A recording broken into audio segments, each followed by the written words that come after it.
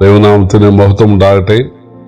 യോഹന്നാന്റെ സുവിശേഷം 6-ാം അധ്യായത്തിൽ നിന്ന് 15 മുതൽ ഞാൻ വായിക്കുന്നത് ശ്രദ്ധിച്ചാലും,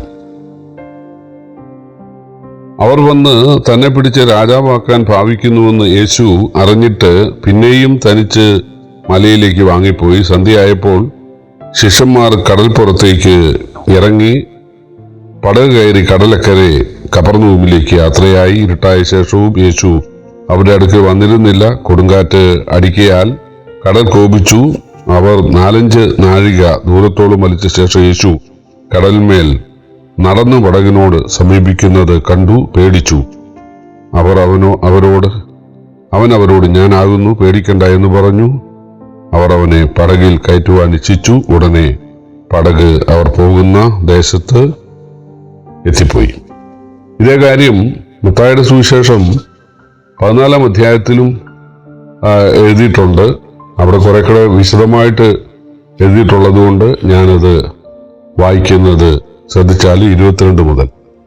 ഉടനെ യേശു താൻ പുരുഷാരത്തെ പറഞ്ഞയക്കുന്നതിനിടയിൽ ശിഷ്യന്മാർ പടകിൽ കയറി തനിക്ക് മുമ്പായി അക്കരയ്ക്ക് പോകുവാൻ അവർ നിർബന്ധിച്ചു.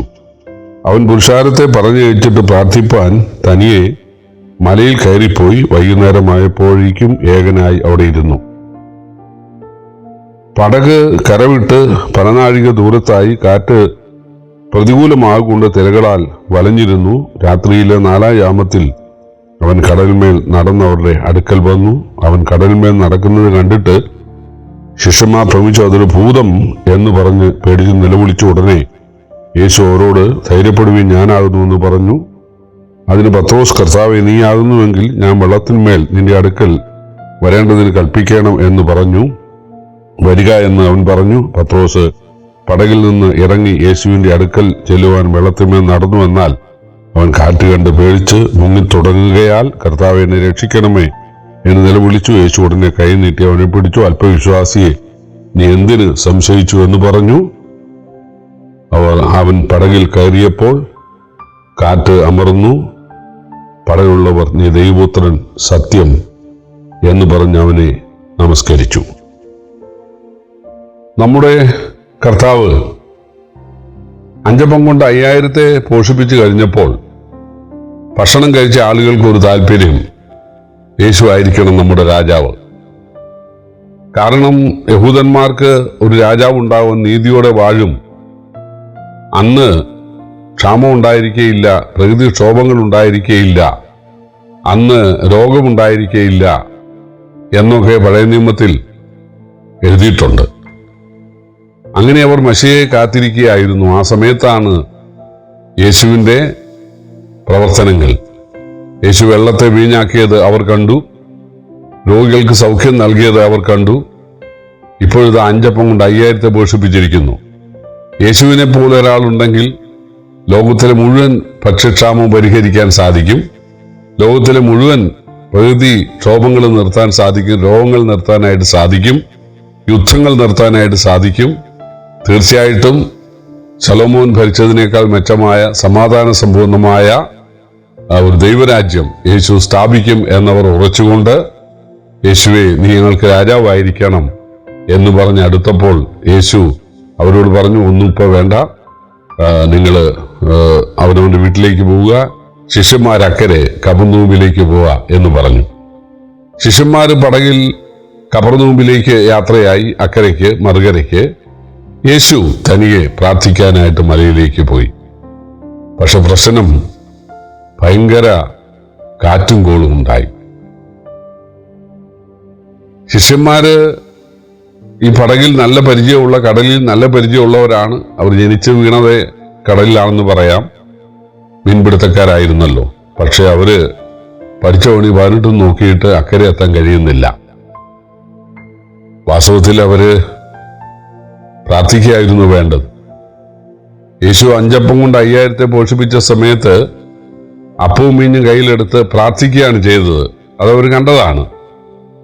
അപ്പൊ തീർച്ചയായിട്ടും ഈ പ്രതികൂലത്തിന്റെ സമയത്ത് അവര് പ്രാർത്ഥിക്കാൻ തയ്യാറായിരുന്നെങ്കിൽ തീർച്ചയായിട്ടും ശാന്തത വരുമായിരുന്നു. യേശു പ്രാർത്ഥിക്കാനാണല്ലോ പോയിരിക്കുന്നത്. അതുകൊണ്ട് നമുക്കും പ്രാർത്ഥിക്കാം എന്ന് പറഞ്ഞിരുന്നെങ്കിൽ കാര്യങ്ങൾക്ക് വ്യത്യാസം ഉണ്ടാകുമായിരുന്നു. പ്രിയപ്പെട്ടവരെ, നമ്മുടെ ജീവിതത്തിലെ പ്രശ്നങ്ങൾ നമ്മളെ അലട്ടുമ്പോൾ ആദ്യം തന്നെ പ്രാർത്ഥിക്കാൻ തയ്യാറാകുക. അല്ലാതെ ആദ്യം ഡോക്ടറെ കാണുക, ആദ്യം വക്കീലിനെ കാണുക, ആദ്യം പോലീസിനെ കാണുക, ആദ്യം പഞ്ചായത്തിനെ കാണുക, അവസാനം പ്രാർത്ഥിക്കുക. അത് ഡോക്ടർമാർ അവസാനം പറഞ്ഞ വാക്കാണ് പ്രാർത്ഥിക്കുക, അല്ലാതെ ഒരു നിവൃത്തിയില്ല. നമ്മൾ അത് പ്രമാണമാക്കരുത്. നമ്മൾ ആദ്യം പ്രാർത്ഥിക്കുക, പിന്നെ ഒരു ശുശ്രൂഷ എന്നുള്ള നിലയിൽ, ഒരു പരിചരണം എന്നുള്ള നിലയിൽ ചില ചികിത്സയൊക്കെ ചെയ്യുന്നതിന് ബൈബിൾ എതിരല്ല. പക്ഷേ നമ്മുടെ ആശ്രയം മുഴുവൻ ദൈവത്തിൽ ആശ്രയിക്കണം, പ്രാർത്ഥനയാണ് വേണ്ടത്. പക്ഷേ ശിഷ്യന്മാർക്ക് അക്കാര്യത്തിൽ പരാജയം ഉണ്ടായി. യേശു 4-ാം യാമത്തിൽ നേരം വെളുക്കാറായി. അപ്പോൾ പ്രാർത്ഥന കഴിഞ്ഞ് കടലിന്റെ മീതെ നടന്നു വരികയാണ്. പ്രിയപ്പെട്ടവരെ, അത്ഭുതങ്ങൾ ചെയ്തിട്ടുള്ള ഒരുപാട് ആളുകളൊക്കെ ഉണ്ട് എന്ന് ആളുകൾ അവകാശപ്പെടാറുണ്ട്. പക്ഷേ കരയിലെന്ന പോലെ ഇളകി മറിയുന്ന കടലിന്റെ മീതെ നടന്ന ആരെങ്കിലും വന്നിട്ടുണ്ടോ? വെള്ളത്തിന്റെ മീതെ കിടന്ന ആളുകളൊക്കെ, അത് ട്രെയിനിങ് കൊണ്ട് വെള്ളത്തിന്റെ മീതെ ഇങ്ങനെ കിടന്ന ആളുകളൊക്കെ ഉണ്ടെന്ന് കേട്ടിട്ടുണ്ട്. പക്ഷേ ഇളകി മറിയുന്ന വലിയ കാറ്റും കോളും ഉള്ള സമയത്ത് തിരമാലകളുടെ മീതെ കൂടെ നടന്നു വന്ന ഒരാള് ലോകത്തിലില്ല. അത് സാധിക്കുന്ന കാര്യമല്ല. കാരണം യേശു കരയെയും കടലിനെയും സൃഷ്ടിച്ചവനാണ്. യോഹന്നാൻ സുവിശേഷം 1:1 വായിക്കുന്നത്, സകലതും അവനെ അവൻ മുഖാന്തരം ഉളവായതൊന്നും അവനെ കൂടാതെ ഉളവായിട്ടില്ല. കൊലോസ്യ ലേഖനത്തിൽ വായിക്കുന്നത്, സ്വർഗത്തിലുള്ളതും ഭൂമിയിലുള്ളതും ദൃശ്യമായതും അദൃശ്യമായതും സിംഹാസനങ്ങളാകട്ടെ, കർത്തൃത്വങ്ങളാകട്ടെ, വാഴ്ചകളാകട്ടെ, അധികാരങ്ങളാകട്ടെ, സകലതും അവൻ മുഖാന്തരം ഉളവായി എന്നാണ്. അപ്പോൾ കർത്താവായ യേശുവാണ് മനുഷ്യനാകുന്നതിന് മുൻപേ സൂര്യനെയും ചന്ദ്രനെയും നക്ഷത്രങ്ങളെയും ഗ്രഹങ്ങളെയും ഭൂമിയെയും സൃഷ്ടിച്ചത്. അതുകൊണ്ട് യേശുവിനെ നിയന്ത്രിക്കാൻ പറ്റാത്ത, യേശുവിന് അധീനമാകാത്ത ഒരു പ്രതിഭാസവുമില്ല. പ്രിയപ്പെട്ടവരെ, യേശു ഈ ഇളകി മറിയുന്ന കടലിന്റെ മീതെ നടന്ന് വരുന്നത് കണ്ടപ്പോൾ ശിഷ്യന്മാർ വിചാരിച്ചത് ഭൂതമാണ്. കാരണം ഈ കടൽ ഇളക്കിയത് തന്നെ ഭൂതമാണെന്ന് അവർക്ക് മനസ്സിലായി. അത് ശരിയാണ്. പിശാചിന് ദൈവമക്കളെ തടസ്സം നിൽക്കാനായിട്ട് സാധിക്കും, രോഗം വരുത്താൻ സാധിക്കും. ഇയ്യോബിന്റെ ജീവിതത്തിൽ നമുക്കറിയാം, ഇയ്യോബിന് നഷ്ടങ്ങൾ വരുത്തിയതും അതുപോലെ രോഗങ്ങൾ വരുത്തിയതുമൊക്കെ അത് സാത്താനാണല്ലോ. ദൈവം അനുവദിച്ചിട്ടാണെങ്കിലും സാത്താനാണല്ലോ. തീർച്ചയായിട്ടും സാത്താന് ദൈവമക്കളെ ഉപദ്രവിക്കാനായിട്ട് കാറ്റുകളെ ഇളക്കാനും അല്ലെങ്കിൽ രോഗം വരുത്താനും തടസ്സങ്ങൾ ഉണ്ടാക്കാനും വഴക്കുകൾ ഉണ്ടാക്കാനും ഒക്കെ പിശാചിന് സാധിക്കും. പക്ഷേ യേശു അടുത്തു എന്ന് പറഞ്ഞു, ഭയപ്പെടേണ്ട, ഞാനാണ്. യേശു പടകിൽ കയറിയ ഉടനെ കടല് ശാന്തമായി, കാറ്റും കോളും അടങ്ങി. അവര് കവർന്നൂമിൽ ഇറങ്ങാൻ ഇടയായി തീർന്നു. അപ്പൊ പത്രോസ് പറയുകയാണ്, കർത്താവേ, നീ ആണെങ്കിൽ ഇതുപോലെ എനിക്ക് പടകിൽ നിന്നിറങ്ങി ഈ കടലിൽ കൂടെ ഒന്ന് നടക്കാനായിട്ട് എന്നെ അനുവദിക്കാമോ? വൈ നോട്ട്, വരിക. യേശു പറഞ്ഞനുസരിച്ച് പത്രോസ് പടകിൽ നിന്നിറങ്ങി വെള്ളത്തിന്റെ മീതെ നടന്നു. പ്രിയപ്പെട്ടവരെ, യേശുവിന് തീർച്ചയായിട്ടും തൻ്റെ മക്കളെ, തന്നിൽ വിശ്വസിക്കുന്ന ആളുകളെ തീർച്ചയായിട്ടും അവരെ പ്രയോജനപ്പെടുത്താൻ, അവരുടെ കണ്ണുകൾക്ക് വിശ്വസിക്കാൻ പറ്റാത്ത നിലയിൽ, ലോകത്തിന് വിശ്വസിക്കാൻ പറ്റാത്ത നിലയിൽ അവരെ രൂപാന്തരപ്പെടുത്താനായിട്ട് യേശുവിന് ഇന്നും കഴിയും.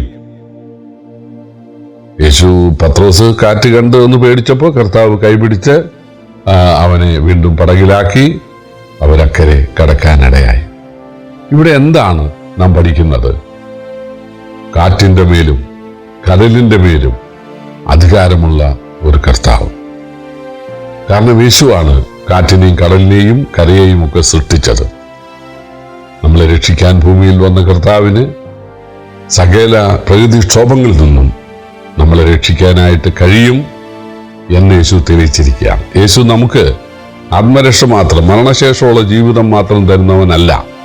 ഈ ഭൂമിയിൽ ഉള്ള സകല പ്രതികൂലങ്ങളെയും മാറ്റി നമുക്ക് വളരെ സ്വസ്ഥതയും ശാന്തതയുമുള്ള ഒരു ജീവിതം നൽകാൻ യേശുവിന് കഴിയും എന്ന് യേശു തെളിയിച്ചിരിക്കുകയാണ്. അതുകൊണ്ട് ഈ കർത്താവിനെ, യേശുവിനെ മാത്രം സ്നേഹിച്ച് ആരാധിച്ച് അനുഗമിച്ച് ജീവിക്കുവാൻ കർത്താവ് എവരെയും സഹായിക്കട്ടെ. കർത്താവിൻ്റെ വിലയേറിയ നാമം വാഴ്ത്തപ്പെടുമാറാകട്ടെ. ആമേൻ.